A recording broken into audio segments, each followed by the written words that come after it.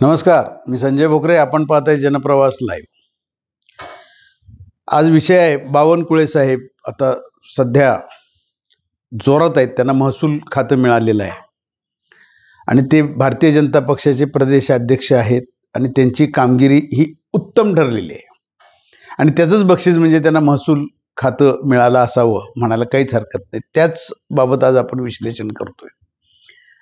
आगामी काळात आता रवींद्र चव्हाण यांचं नाव आहे, ते भारतीय जनता पक्षाचे ते प्रदेशाध्यक्ष होतील. त्यांना मंत्री व्हायचं होतं, पण त्यांना आता नाराजी दूर करायला प्रदेशाध्यक्षपद त्यांना देण्याची शक्यता असं दिसतंय आता. तर पण सगळ्यात महत्त्वाचा विषय आज बावनकुळे. बावनकुळे साहेब म्हणजे आता जसं लोकसभेत बॅकफूटवर गेले, पण त्यांनी ती 2 पावलं मागं आले आणि एकदम जंप घेतल्यासारखं झालेलं आहे. त्यांनी भारतीय जनता पक्षाला भरघोस मतदान झालेलं आहे आणि त्यांच्या सीटाही भरपूर आलेल्या आहेत, आमदारही भरपूर झालेले आहेत, 132 पर्यंत ते गेलेले आहेत. आणि मग आज बावनकुळे नुसतं तेवढ्यावर थांबलेत का, तर देवाभाऊंचे ते संकट मोचक म्हणून आता पुढे यायला लागलेत.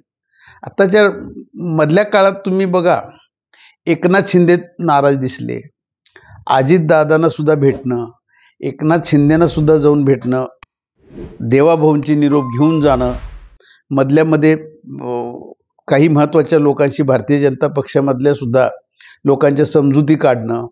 कारण मंत्रिमंडळ विस्तारालाच आधी उशीर झाला, कारण खाते वाटप कसे करायचे हेही सुद्धा आपण बघितलं आत्ता कसं चाललेलं होतं.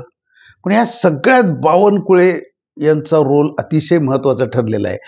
आणि देवाभाऊ सुद्धा प्रत्येक गोष्ट, जसं आधी गिरीश महाजन साहेबांना आता बघा, हे संकट मोचक म्हणून होते आधी, पण तेवढे आता दिसतात का, तेवढे दिसत नाहीत. ते पण संकट मोचक अगदी कमी झालेत, अर्धे झालेत.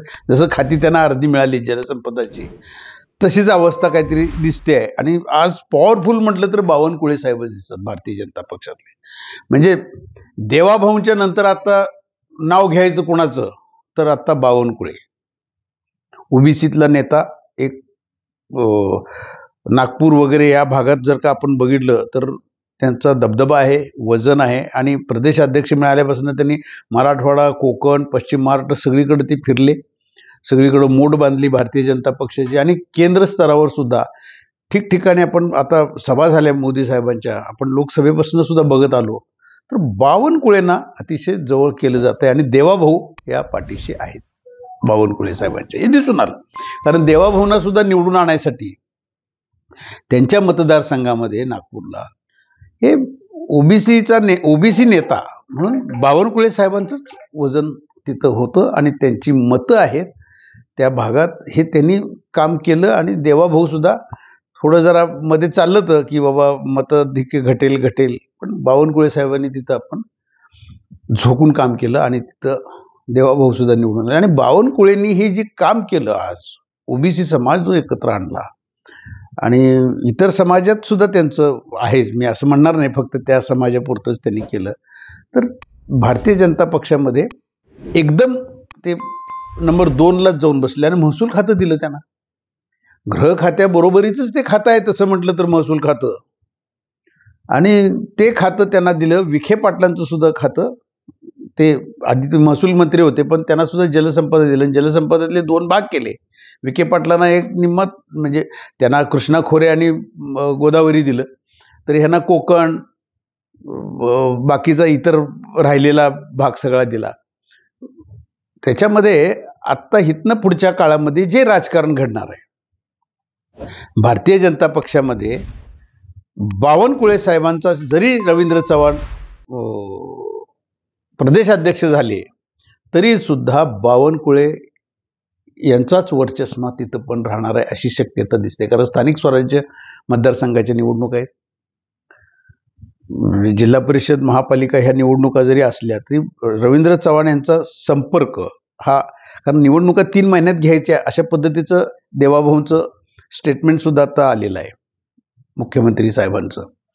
अशा वेळेला लगेच प्रदेशाध्यक्ष झाले आणि सगळीकडे फिरले आणि ते झालं असं जादूईची काही कांडी नाही तिथं. तर तिथं सगळ्यांचे संपर्क असले पाहिजेत. त्यामुळे बावनकुळे साहेबांना सुद्धा तिथं पूर्ण लक्ष द्यावंच लागेल आणि त्याच्यावरही कमांड बावनकुळे साहेबांचीच असणार आहे. पण एकंदर आज विषय कुठला महत्त्वाचा आहे तर एकदम झेप बावनकुळेंनी 2 नंबरच्या पदावरच घेतलेली आहे.